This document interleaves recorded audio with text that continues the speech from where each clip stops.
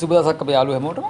අද අපි කරමු පොඩි අලුත් දෙයක් කියන්නේ මම මෙහෙමයි කලින් ඔයාලට කරලා ඇති ෆොටෝ මැනිපියුලේෂන් කියලා මේ පොඩි වීඩියෝ එකක්.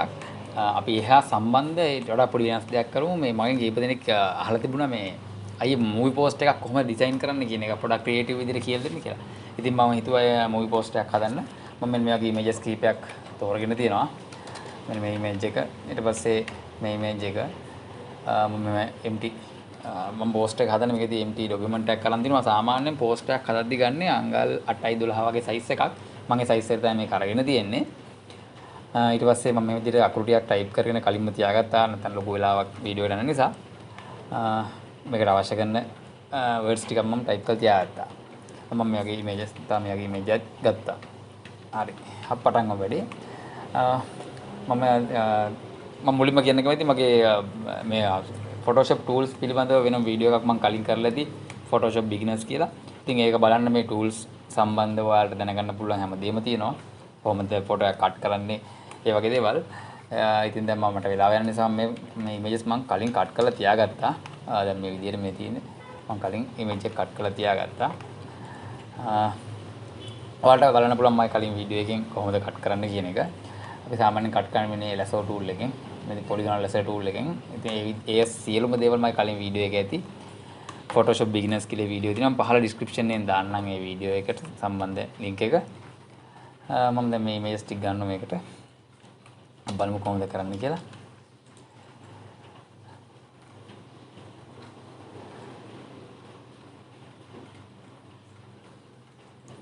right.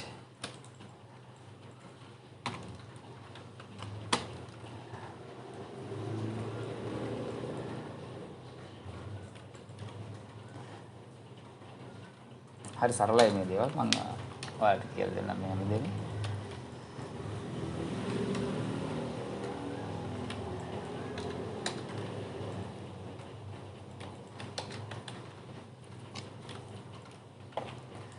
අපිට මෙතනින් පිටිපස්සට අපි දාගන්නවා අලුතෙන් ලේයර් එකක්. මෙතනින් ගන්න පුළුවන් අලුතෙන් ලේයර් එකක්. ඒකට අපි කලර් එක ෆිල් කරගන්නවා black color එක. මේ tool එකෙන් pen bucket tool එකෙන්. ඔයාලට මේ සියලුම දේවල් මගේ Photoshop beginners කියන එකේ තියෙනවා. right. මට තව image එකක් අරගත්තා. මම කලින් මෙන්න වගේ path එකක් තියෙන එකක්. right. මෙන්න මේක. මම ඒක කොටසක් ගන්න ඕන නිසා මම මේ layer එකට උඩින් මෙන්න මේ layer උඩින් අපි black layer උඩින් දාගෙන paste කරගන්න image එක. මම ඒකේ පාරෙන් කොටසක් තමයි ගන්න හදන්නේ.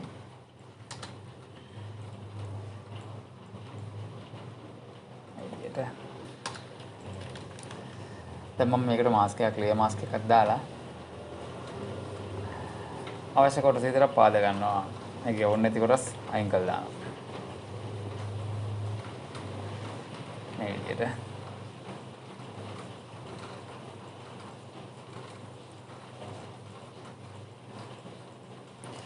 මම මේක ගත්තේ මෙතන layer mask එක දාලා brush tool එක අරගෙන ඉවරලා black color එක මෙතනට උඩට අනිවාර්යෙන් foreground එකට fill මේ select foreground color එක අනිවාර්යෙන් black වෙලා තියෙන්න ඕන. black color එක අරගෙන මම brush එකෙන් අඳින එක තමයි මේකට erase වෙලා යනවා.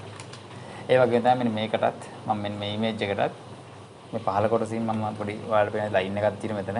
මමත් එක මගා ගන්න ආයෙත් මෙතනින් කරන්නේ mask එකක් add කරලා foreground color එක black තියෙද්දි මම මේක erase කරනවා. shade කරනවා. right.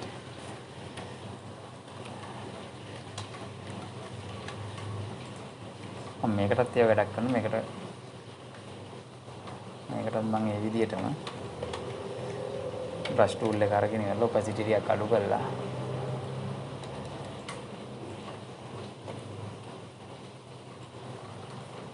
මේ විදිහට shading එකක් කරගන්නවා.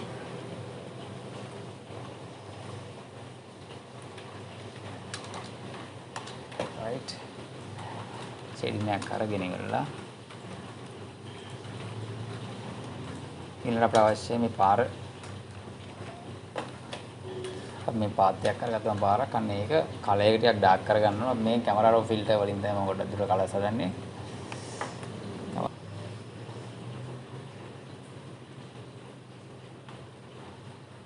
right මේ විදිහට මම මෙතනින් එක්ස්පෝස් එක අඩු කරගන්නවා ටිකක් ඩාර්ක් වෙන්න ඕන නිසා කන්ට්‍රාස්ට් එක චුට්ටක් වැඩි කරලා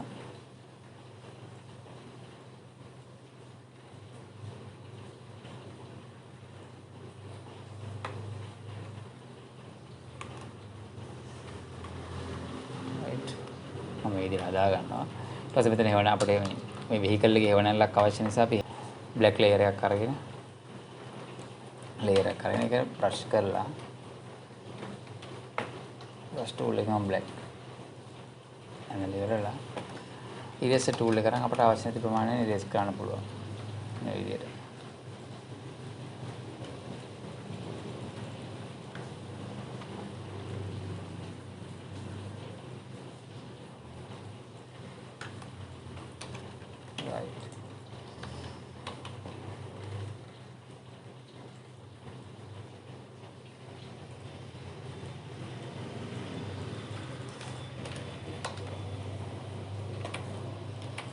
ඉතින් අපිට මේ කලර්ස් හදා ගන්නත් අවශ්‍ය වෙනවා.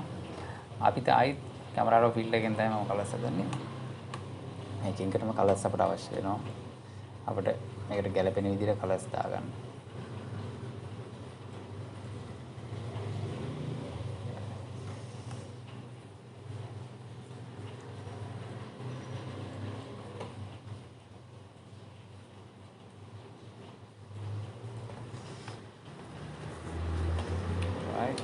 ඔබ දැන් මේ ඉමේජ් එකට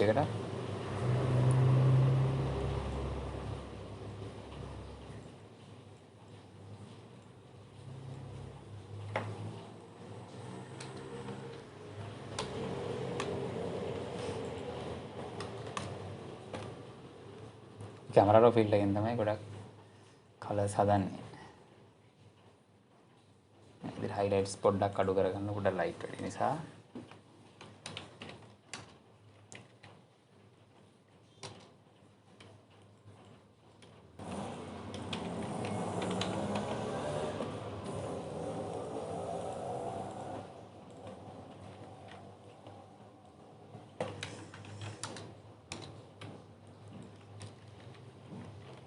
අපි නේද අකුරු ටික මේකට දාගෙන ඉමු.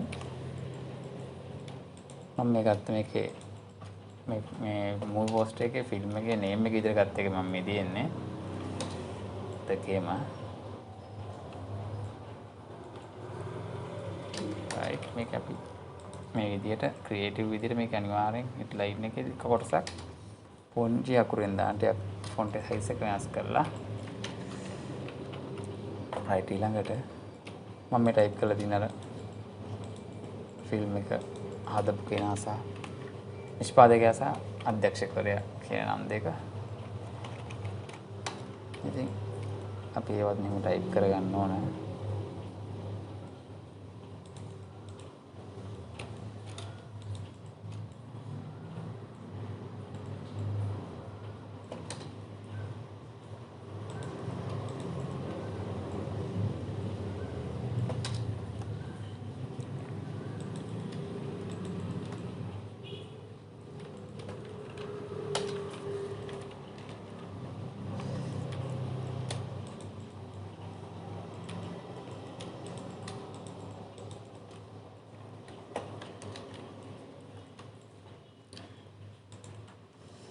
මම මේක ඇක්ටර්ස්ලා කියලා ඉතලා හිතලා දාගත්ත නම් වගේක්.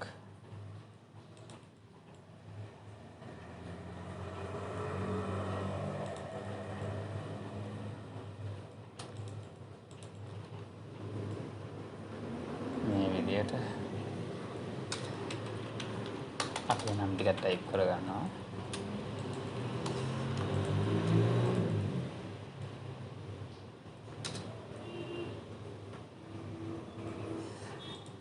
ඊළඟට තමයි ෆොන්ට් එක වෙනස් කරගන්නවා අපට අවශ්‍ය විදිහට. ෆොන්ට් එක වෙනස් කරගන්න අපිට කැමති විදිහට මේක ගැලපෙන විදිහට මේ විදිහ දෙකේම.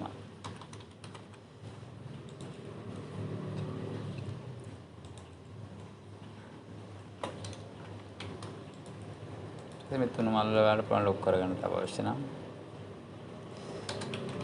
ඊට ඔයවර ගේම් එකක් කෙනෙකුට පුළුවන් අපිට ෆොන්ට් ස්ටයිල් එකක් සහ කලර්ස් දෙන්න. මේ විදිහට මේ උඩ රයිට් ක්ලික් කරලා blending option වලට ගිහිල්ලත් පුළුවන්. blending option වලට ගිහිල්ලා පුළුවන්. මෙතන gradient color එකක් දාමු.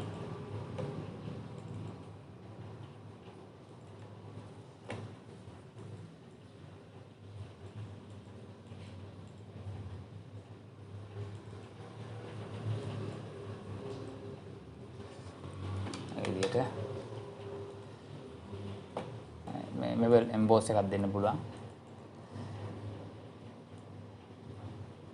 මේ විදිහට දෙම කියලා.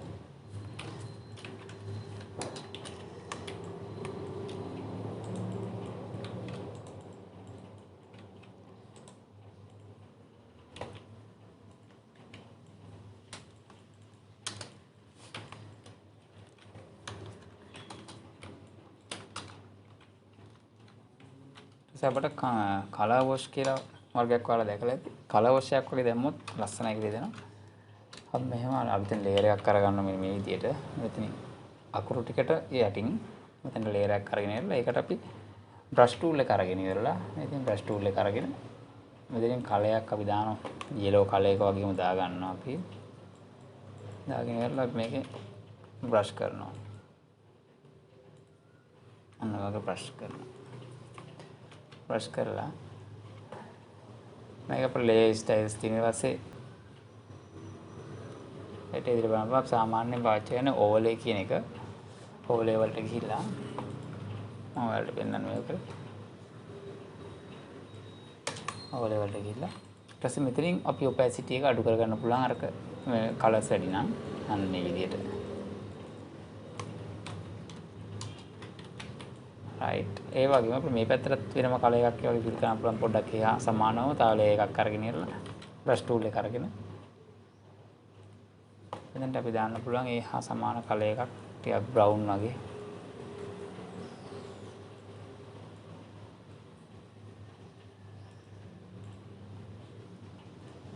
අපි ඒකටත් විදිහට ෆිල් කරලා ඒකත් හරියට ඕවර්ලේ කරගන්න. අන්න ඒ විදිහට තමයි මූවි පෝස්ට් එකක් අපි ගොඩක් දුරට කරගන්න. ඒ තව මේකට පුළුවන් ඔයාලට ඕන නම් මේ අකුරු වලට කලර්ස් දාගන්න පුළුවන්.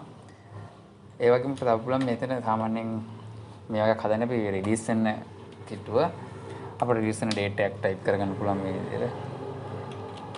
August 21 වගේ. ඔයාලා කොට දාලා ඒක රෙඩ් කලර් එකකින් වගේ දාන්න. මේ විදිහට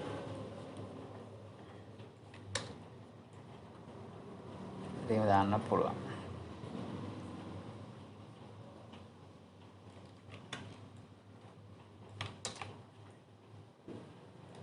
මේක දාන්න පුළුවන්. අපිට ඩේට් එකක් විදියට.